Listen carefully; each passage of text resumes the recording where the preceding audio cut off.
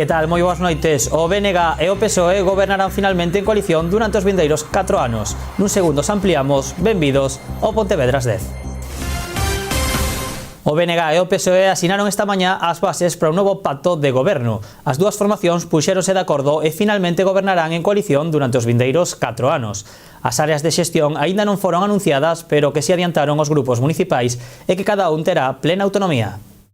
Con esta asignatura, o Bloque Nacionalista Galego e o Partido Socialista plasmaron esta mañá a súa intención de gobernar conxuntamente durante os vindeiros 4 anos. Miguel Anxo Fernández Lores será investido como alcalde de Pontevedra e Tino Fernández será o tenente de alcalde.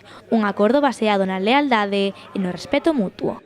Un bo acordo para as dúas partes, un acordo que recolle o mellor dos proxectos dos dous partidos e que agora o que toca é poñelo a funcionar. É evidente, por outra parte, que pasado mañán na investidura o voto do Partido Socialista vai ser favorable á investidura de Miguel como alcalde. O goberno de coalición reserase por unha serie de principios programáticos, entre os que destacan o impulso das infraestructuras, como a A57, o nó de Bombeiros, o paseo a Temarín ou a variante de Alba. Ademais, tanto o Bloque Nacionalista Galego como o Partido Socialista deixaron plasmada a súa postura en contra da permanencia de Ence en Lourizán. Queremos mellorar entre as dúas forzas políticas durante o próximo mandato a calidade de vida de todos os cidadáns, moi importante o tema da calidade de vida, potenciar o dinamismo económico da cidade, a proxección exterior da cidade, o equilibrio territorial e especialmente con un enfoque claramente destinado á mellora do medio en xeral. O medio ambiente en xeral vai a ser un eixo fundamental porque entendemos que non hai futuro nin progreso se non respetamos o medio ambiente, non? Os dous líderes políticos falaron dun acordo equilibrado no que ningunha das dúas forzas tivo que ceder máis ca outra. É un proxecto, unha folla de ruta moi equilibrada, moi compensada, donde non se pode falar de que nadie cedera en exceso, nin foi unha negociación destas de si non me das, me bajo del carro, non foi así. As áreas de xestión aínda non foron establecidas, pero os portavoces municipais aseguraron que cada un actuará con autonomía. Por outra banda, crearás unha comisión de seguimento que se encargará de resolver as posibles discrepancias que se produzan durante o mandato.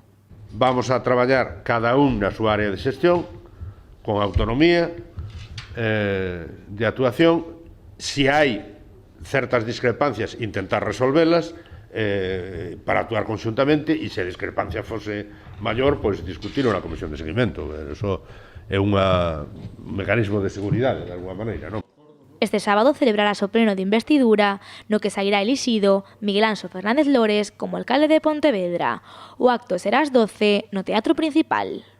O Partido Popular anunciou xa a distribución das funcións dos seus concelleiros para o vindeiro mandato. A principal prioridade da agrupación liderada por Rafa Domínguez sempre foi acabar co paro en Pontevedra. Por iso, será o propio portavoz municipal o que se ocupe da área de emprego. A número 2, Pepa Pardo, ademais de ser a vicevoceira do partido, encargarase da parte de réxime interior, participación persoal e xustiza.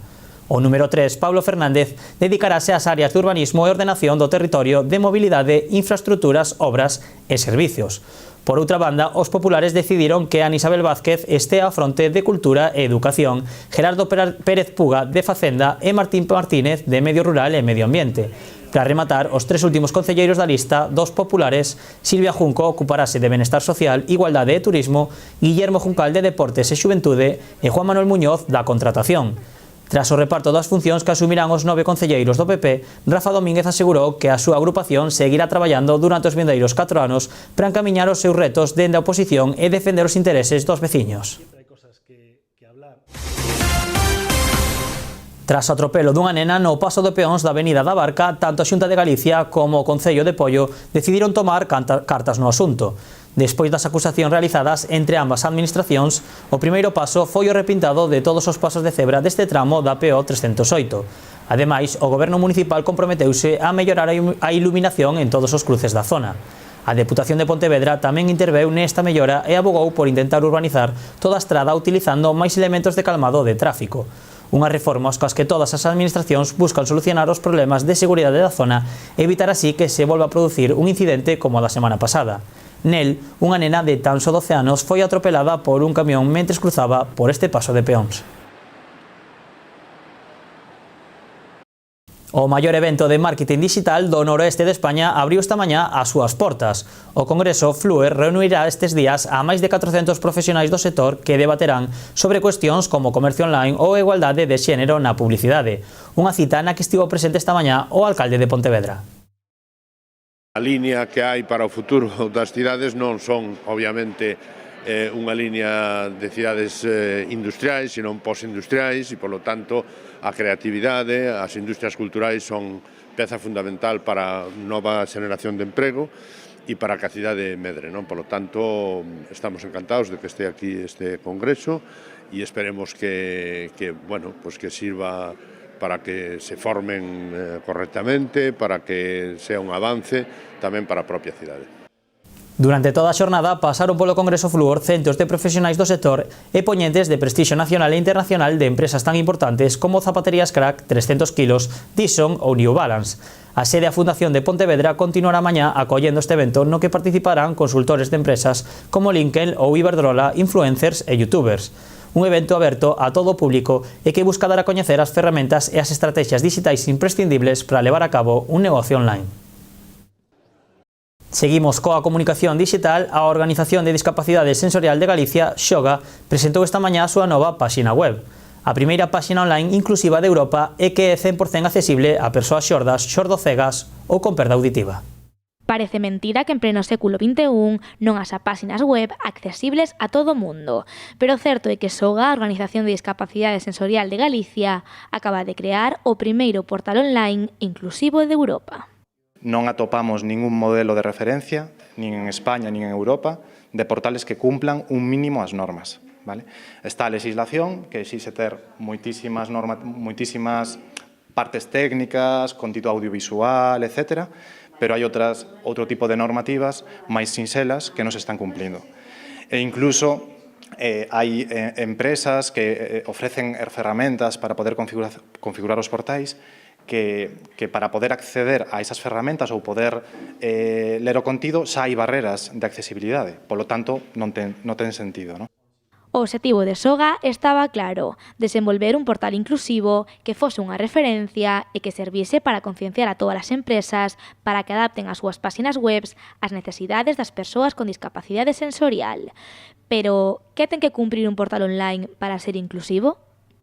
Non vai haber fogos, nin foguetes, nin cousas así medias raras e tal, senón que é unha página web sinxela, onde vai a información directa e onde é accesible porque va a haber posibilidade de que as persoas cegas podan entrar e escoitar, as persoas que sordas, que son usuarias da lingua de signos, van a poder acceder á información, as persoas sordocegas tamén a través do contraste das colores porque poden cambiarse, etc. Dende Xoga piden ás empresas e sobre todo ás administracións que tomen nota deste avance para que entre todos podamos dar un paso máis cara a inclusión real e ademais aseguran que o procedimento para conseguilo é moi sinxelo. Non implica recursos, non implica ser un experto desenvolvendo estes portais, non implica pagar moitísimo máis por hacer un portal inclusivo. De feito, a nosa idea é empezar a facelo en todos os nosos servizos, o sea, todos os nosos clientes. Avisaremos, porque isto é unha cuestión de concienciar, de que os portais deberían ser o máis accesibles posibles. E o cliente que sexa o que tome a decisión de ter o portal así. Sabemos que é moi complexo saber de Down, de tal, pero estamos as ONGs para iso, estamos como reforzo para orientar, para que se nos pregunten, que estamos aí, que podemos explicar. Entón, non hai un pero, senón hai vontade. En este caso é unha vontade política. E xa que estamos cos cambios políticos, animamos xa tamén que esa vontade política, pois que se hai novas reincorporacións que se animen a impulsar en ese sentido, porque o importante é a vontade. A inauguración oficial da páxina web será o vindeiro 1 de agosto no dominio organizaciónxoga.org. Poñemos aquí o punto final a este Pontevedras 10 deste xoves 13 de xuño. Poden seguir a actualidade a través da nosa página web www.canalriasbaixas.com. Volvemos mañá con máis noticias. Que pasen unha boa noite.